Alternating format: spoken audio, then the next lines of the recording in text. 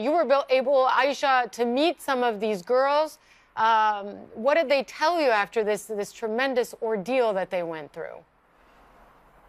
Yeah, I mean, Hala, let me first of all say it was incredibly emotional for me personally, as someone who's covered this story since the very beginning, to be up close with most of the 21 and to actually be able to just ask them how they're doing, to which most of them said they were fine. I asked them how it felt to be back. They were happy about that, clearly, but they were so, you know, shy and withdrawn also with that.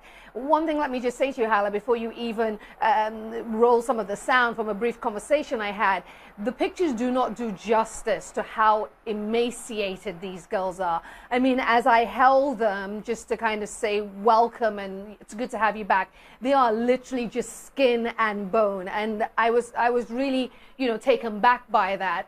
But, you know, they were still just girls. They giggled quietly, they muttered to themselves, clearly shocked by all the attention.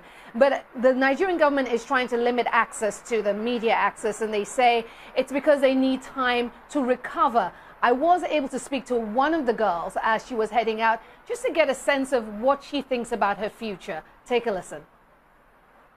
Happiness? Yeah, happiness. It's wonderful. Very, very happy. Yeah, very happy. Will you go back to school? You will go back to school? Yes. Yes? She said she wanted to go back to school. She said, I asked her what she wanted to study.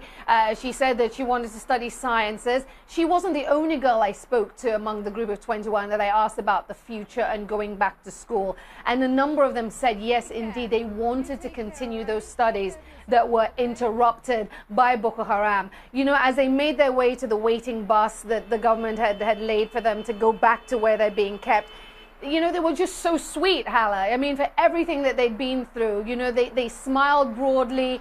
Many of them, they wanted to, you know, they were open to being spoken to by a complete stranger. It was really, really an incredible day to see them up close and to be there with their parents as they met the Nigerian president. And I wonder, I mean, did they give, I know it was only a handful of the girls and so many more were kidnapped 2.5 years ago, but do we have any indication of the of what the others are, where the others are, how they're doing, their treatment, etc.? Have we learned anything from them on that? No, I mean, listen, again, the access to them is limited. The CNN has been able to speak to some of their parents, so we are getting a little bit more detail. But one thing that has come through over and over again is that the girls who were married off to Boko Haram commanders were taken away from the main group. So they were moved away, literally, and that the rest who were unmarried, who were mainly used to do manual labor, were kept together as a group. I spoke to someone who is involved in their care, their aftercare, now that they're back in Abuja, and the individual said to me, they are doing remarkably well considering the trauma and the terrors they have clearly witnessed. This person said to me that the focus right now is on getting them to eat and sleep and just rest. But we all saw the pictures from the weekend when they were reunited with their families and other government ministers, and the girls were just overjoyed and singing and just rejoicing. So this person is making the point that they've been through a lot, but their spirit is still intact. This is what that person said.